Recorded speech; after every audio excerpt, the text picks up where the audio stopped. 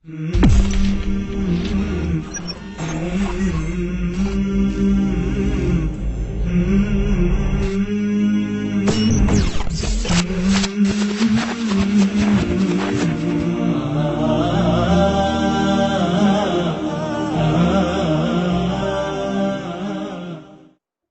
আমরা দ্বিতীয় নম্বর উদাহরণ দেখাব।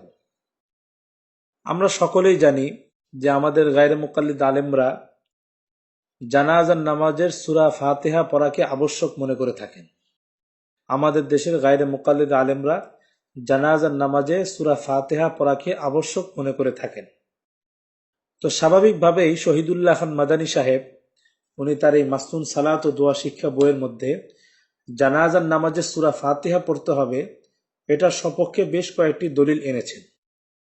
এই বইয়ের ১২৫ নম্বর পৃষ্ঠায় জানাজার নামাজে সূরা ফাতিহা পড়তে হবে মর্মে প্রথম যে হাদিসটা তিনি এনেছেন, আমরা বলবো এই প্রথম হাদিসটি জয়ীফ।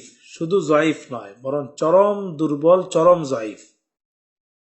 উনি প্রথমেই দলিল হিসাবে পেশ করছেন নবী করিম সাল্লাল্লাহু আলাইহি ওয়াসাল্লাম জানাজায় সূরা ফাতিহা পড়তেন। নবী করিম সাল্লাল্লাহু আলাইহি ওয়াসাল্লাম জানাজায় সূরা ফাতিহা পড়তেন।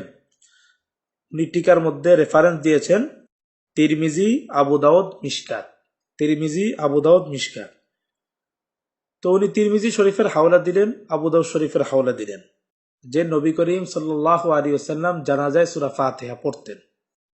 আমরা স্পষ্ট ভাষায় বলতে চাই, এখানেও শায়েখ শহীদুল্লাহ খান মাদানী সাহেব মাযহাবী গোরামি বশত তিনি শুধু তার মাযহাবকে প্রমাণ করার জন্য এই হাদিস দিয়ে দলিল পেশ করেছেন। কিন্তু বাস্তব কথা হলো এই হাদিস সহিহ হওয়া তো দূরের কথা, শুধু দুর্বল বললেও ভুল হবে, বরং সত্য কথা হলো এই হাদিসটি জয়ীফুন জিদ্দান, চরমতর দুর্বল। কেন এই হাদিসটা দুর্বল এটা আমরা এখন দেখাবো। তিরমিজি শরীফ থেকে আমরা হাদিসটা বের করি প্রথমে। তো এখন আমরা তিরমিজি শরীফ থেকে হাদিসটির কি অবস্থা দেখি। তিরমিজি শরীফের 1026 নম্বর হাদিস। হাদ্দাসানা আহমদ ইবনু মানিয়া, হাদ্দাসানা যায়েদ ইবনু হুবাব, হাদ্দাসানা ইব্রাহিম ইবনু উসমান আনিল হাকাম আন মিকসাম আন ইবনে আব্বাস রাদিয়াল্লাহু আনহু আন্না নবিয়্য সাল্লাল্লাহু আলাইহি ওয়াসাল্লাম ক্বরাআ আলাল জানাজাতি বিফাতিহাতিল কিতাব। এই হলো হাদিস যে হযরত ইবনে আব্বাস বলেন নবী করিম সাল্লাল্লাহু আলাইহি ওয়াসাল্লাম জানাজায় সূরা ফাতিহা পড়তেন। এই হাদিস দিয়ে শহীদুল্লাহ খান মাদানী সাহেব তার মতের সপক্ষে দলিল দিলেন। হাদিসটি রয়েছে তিরমিজি শরীফের 1026 নম্বর হাদিস। তা আমরা আগেই বলেছি এই হাদিস সহিহ নয়। তো সনদের মধ্যে একজন রাবী রয়েছে ইব্রাহিম ইবনে ওসমান। এই ইব্রাহিম ইবনে ওসমানের ব্যাপারে অন্য কিতাবে যাওয়ার আগে আমি আগে দেখাবো ইমাম তিরমিজি নিজেই কি বলেছেন। ইমাম তিরমিজি নিজেই এই হাদিসটা উল্লেখ করার পরে বলেছেন, ক্বালা আবু ঈসা হাদিস ইবনে আব্বাস হাদিসুন লাইসা ইসনাদুহু বিযাকাল কওয়ী। ইমাম তিরমিজি নিজেই হাদিসটা এনে মন্তব্য করছেন যে ইবনে আব্বাসের এই হাদিসটা লাইসা ইসনাদুহু বিযাকাল কওয়ী, এই হাদিসের সনদ শক্তিশালী নয়। এই হাদিসের সনদ শক্তিশালী নয় কেন? ইব্রাহিম ইবনে ওসমান, কেননা এই হাদিসের সনদে ইব্রাহিম ইবনে ওসমান রয়েছে। হুয়া আবু শাইবাত আল ওয়াসিতি মুনকারুল হাদিস। এই রাবি ইব্রাহিম ইবনে ওসমান আবু শাইবা আল ওয়াসিতি, সে হলো মুনকারুল হাদিস। ইমাম তিরমিজি বলছেন যে এই রাবি হলো মুনকারুল হাদিস, অর্থাৎ সে হাদিস বর্ণনার ক্ষেত্রে একজন অগ্রহণযোগ্য ব্যক্তি। হাদিস বর্ণনার ক্ষেত্রে সে একজন অগ্রহণযোগ্য ব্যক্তি। এই ইব্রাহিম ইবনে ওসমান সে এই হাদিসের সনদে রয়েছে। এই জন্য ইমাম তিরমিজি নিজেই হাদিসকে এনে বলে দিয়েছেন এই হাদিসের সনদ শক্তিশালী নয়।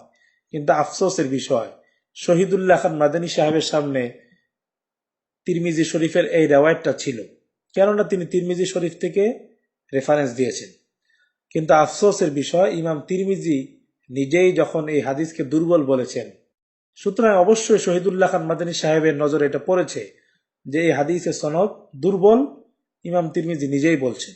কিন্তু আমি আগেই বলেছি হাদিসটা যেহেতু শহীদুল্লাহ খান সাহেবের মাযহাবের সপক্ষে হয় বলে উনি বিনা দ্বিধায় অবলীলা এই হাদিস দিয়ে তার কিতাবের মধ্যে দলিল হিসাবে পেশ করলেন। এই ইব্রাহিম ইবনে ওসমান নামক রাবিকে শুধু ইমাম তিরমিজি মুনকারুল হাদিস বলেছেন তা নয়, বরং আরো অনেক মুহাদ্দিসিনে কেরাম ইব্রাহিম ইবনে ওসমানকে দুর্বল বলেছেন। তাহজিব উত তাহজিব, হাফিজ ইবনে হাজার আসকালানী রহিমাহুল্লাহর কিতাব।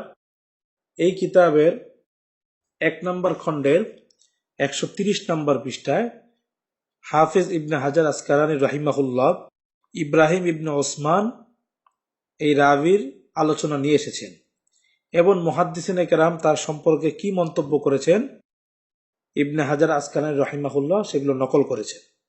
তা আমরা এখন নিজেই দেখি যে ইব্রাহিম ইবনে ওসমান সম্পর্কে মুহাদ্দিসিনে কেরাম কি বলেছেন। তা হাফিজ ইবনে হাজার আসকালানী রহিমাহুল্লাহ বলছেন, قال আহমদ ওয়া ইয়াহইয়া ওয়া আবু দাউদ, ইমাম আহমদ ইবনে হাম্বল, ইয়াহইয়া ইবনে মাইন এবং ইমাম আবু দাউদ রাহিমাহুল্লাহ প্রত্যেকেই এই ইব্রাহিম ইবনে ওসমান সম্পর্কে বলেছেন জয়ীফ। এই ইব্রাহিম ইবনে ওসমান সে হলো জয়ীফ, দুর্বল। وقال ইয়াহইয়া আইদান লাইসা বিসিকা, ইয়াহইয়া ইবনে মাইন আরো বলেন লাইসা বিসিকা, এই ইব্রাহিম ইবনে ওসমান কোন সিকা রাবী নয়। وقال البخاري সাকাতু আন, ইমাম বুখারী তার সম্পর্কে বলেছেন সাকাতু আন। আর যাদের উসুলে হাদিস সম্পর্কে সামান্য জানাশোনা আছে তারা জানেন ইমাম বুখারী সাকাতু আনহু এই শব্দ উল্লেখ করলে উনি উদ্দেশ্য নেন তারাকুহু, অর্থাৎ মুহাদ্দিসিনে কেরাম এই রাবিকে পরিত্যাগ করেছেন। মুহাদ্দিসিনে কেরাম এই রাবিকে পরিত্যাগ করেছেন। তো ইমাম বুখারী ইব্রাহিম ইবনে ওসমান সম্পর্কে বলছেন সাকাতু আন, যে মুহাদ্দিসিনে কেরাম এই ইব্রাহিম ইবনে ওসমানকে পরিত্যাগ করেছেন। ওয়াকাল তিরমিজি, ইমাম তিরমিজি রাহিমাহুল্লাহ উনি উল্লেখ করছেন মুনকারুল হাদিস, যেটা আমরা একটু আগে তিরমিজি শরীফ থেকেই দেখলাম যে ইমাম তিরমিজি তাকে বলেছেন মুনকারুল হাদিস।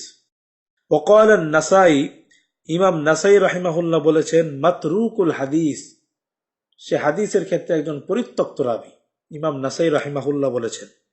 ওয়াকাল আবু হাতিম জয়ীফুল হাদিস, আর আবু হাতিম রাহিমাহুল্লাহ উনি বলেছেন দয়ীফুল হাদিস, সে হাদিসের ক্ষেত্রে একজন দুর্বল ব্যক্তি। তা আমরা একাধিক মুহাদ্দিসিনে কেরামের মন্তব্য পেলাম যারা এই হাদিসের রাবী ইব্রাহিম ইবনে ওসমানকে জয়ীফ, মাতরুক, মুনকার ইত্যাদি শব্দে ব্যক্ত করেছেন। বলা যায় ইব্রাহিম ইবনে ওসমান সর্বসম্মতিক্রমে একজন জয়ীফ রাবী, কিন্তু যেহেতু তার এই হাদিসটি শহীদুল্লাহ খান মাদানী সাহেবের মাযহাব জানাজার নামাজে সূরা ফাতিহা পড়ার পক্ষে প্রমাণ হয়, এই জন্য এই হাদিসটি সর্বসম্মতিক্রমে জয়ীফ হওয়া সত্ত্বেও শহীদুল্লাহ খান মাদানী সাহেব নির্দ্বিধায় উনার কিতাবের মধ্যে এই হাদিসটিকে নিয়ে আসলেন। নবী করিম সাল্লাল্লাহু আলাইহি ওয়াসাল্লাম জানাজায় সূরা ফাতিহা পড়তেন তিরমিজি। তো শহীদুল্লাহ খান মাদানী সাহেবের প্রতি আরজ থাকবে, তিনি যদি এইটা জেনে শুনে করে থাকেন তাহলে যেন তওবা করে নেন, আর যদি না জেনে করে থাকেন তাহলে অবশ্যই উনি যেন তার এই বইয়ের ভুলটা শুধরিয়ে নেন।